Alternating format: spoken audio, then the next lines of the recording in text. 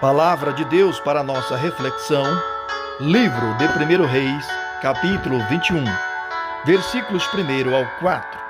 Diz o texto: Sucedeu depois destas coisas, que tendo Nabote, o Jizreelita, uma vinha em Jizreel, junto ao palácio de Acabe, rei de Samaria, falou este a Nabote, dizendo: Dá-me a tua vinha para que me sirva de horta, porque está vizinha ao pé da minha casa, e te darei por ela outra vinha melhor. Ou, se desejares, dar-te-ei o seu valor em dinheiro. Respondeu, porém, Nabote a Acabe: Guarda-me o Senhor de que eu te dê a herança de meus pais. Então Acabe veio para sua casa, desgostoso e indignado por causa da palavra que Nabote, o Jizreelita, lhe falara. Pois este lhe dissera: Não te darei a herança de meus pais. Tendo-se deitado na sua cama, virou o rosto e não quis comer. Acabe era o rei de Israel.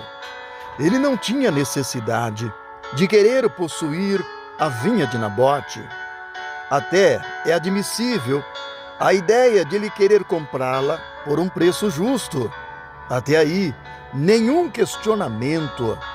Porém, como rei, ele deveria respeitar a decisão de Nabote, pois ele não queria vender a herança que lhe foi deixada pelos seus pais.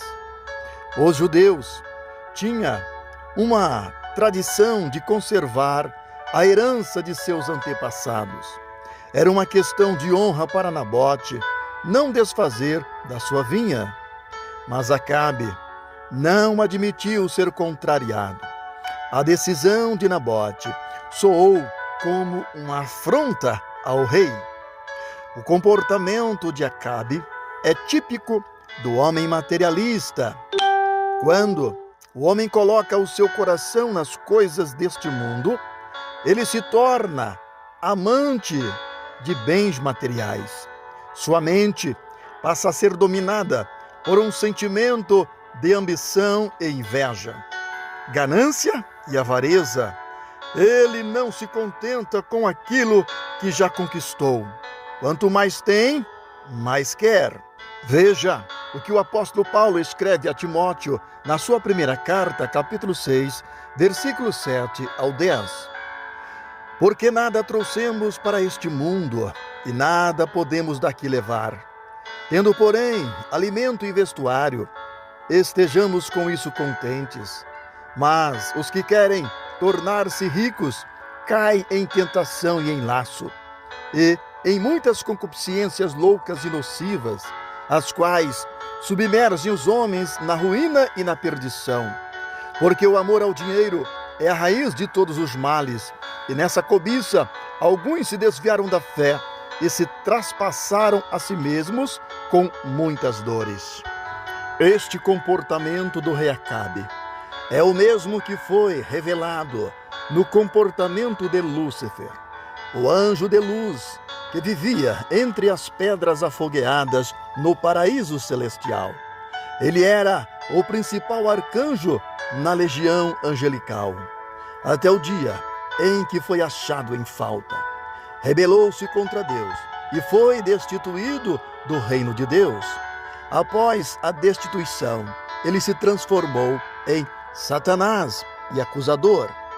É ele quem incita o ódio nas pessoas, a inveja, as contendas e a disseminação de discórdia e intriga entre os irmãos. Foi ele que tentou Jesus no deserto. Ele planejou destruir o plano redentor de Deus em favor da humanidade. Mas Jesus venceu as artimanhas de Satanás, fazendo uso das Escrituras sagradas. Quando Paulo diz que o amor ao dinheiro é a raiz de todos os males, ele não está dizendo que conquistar riquezas é pecado, mas ele está nos advertindo em relação à inversão de valores que acontece na vida de muitas pessoas. Nunca devemos colocar em primeiro lugar as coisas materiais desta vida, Deus sempre deve vir em primeiro lugar. Voltando ao cenário no palácio real de Acabe, podemos então perceber que Acabe, ele fica indignado, tristonho, ele volta para sua casa e ele se deita, e ele vira o rosto para a parede e ele não quer comer. Sua esposa Jezabel, percebendo a insatisfação do seu marido, ela pergunta ao rei o que foi que aconteceu para ele estar tão triste. E ele então responde a ela o que foi que aconteceu. Jezabel diz a Acabe: levanta, alegra tua alma, come e bebe, porque eu te darei a vinha de Nabote. E a partir daquele momento, mesmo sabendo que Nabote era inocente, Jezabel começa a elaborar um plano diabólico para arrumar um crime para acusar Nabote falsamente e entregá-lo à morte por apedrejamento. É assim que age o homem quando está dominado por um espírito de ambição. Não importa se vai morrer um inocente. O que importa é que vai conseguir conquistar aquilo que o seu coração deseja. E assim aconteceu. Jezabel estava possuída por um espírito de arrogância e prepotência. Ela contratou homens malignos para acusar Nabote de ter blasfemado contra Deus. E assim fizeram. E Nabote foi apedrejado até a morte. Acabe e Jezabel se uniram para fazer o mal. Mas os olhos do Senhor, que tudo vê, não deixaria esta grande injustiça ficar sem punição. O apóstolo Paulo, ele escrevendo aos Gálatas capítulo 6, versículos 7 e 8, ele diz: não vos enganeis, Deus não se deixa escarnecer, pois tudo o que o homem semear, isso também ceifará. Porque quem semeia na sua carne, da carne ceifará a corrupção, mas quem semeia no Espírito, do Espírito ceifará a vida eterna. E o rei Acabe saiu para pelejar contra o rei da Síria.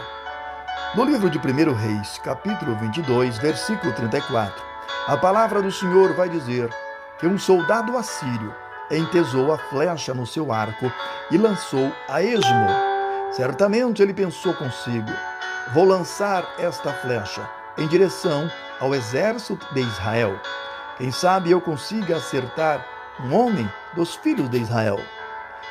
Mal sabia ele que Deus o estava usando como um instrumento de juízo para fazer justiça contra a vida de Acabe, que matou um homem inocente para se apropriar dos seus bens.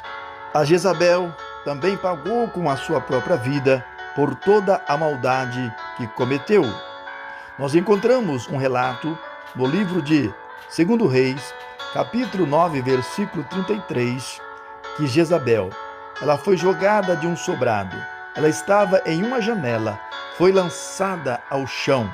E diz a palavra do Senhor que foi pisada por cavalos e os cães comeram a sua carne.